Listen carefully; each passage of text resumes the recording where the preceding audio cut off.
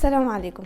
گنج تخاسرك يا ملتيه جدار سركفتنا هر ولاتكيه هبونا گنجن خدانشيان و دلسوز سركفتنا گنج کو مالکا هیزو شیانانا اگه درستی پیدا بکارینان دشن دهنان مازن انجام بدن.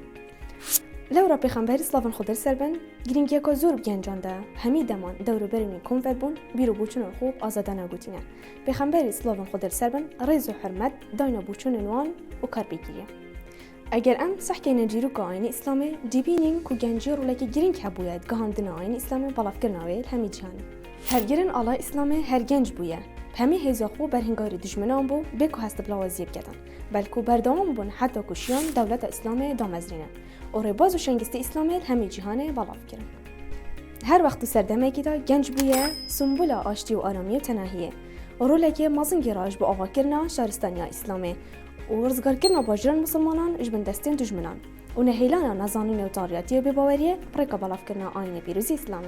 اتنو کدا سردم تکنولوژی و سوشال میدیا بوده. گنج مسلمان افضلهیه پرکریه چندین گروه و کانال آینی و گرینه.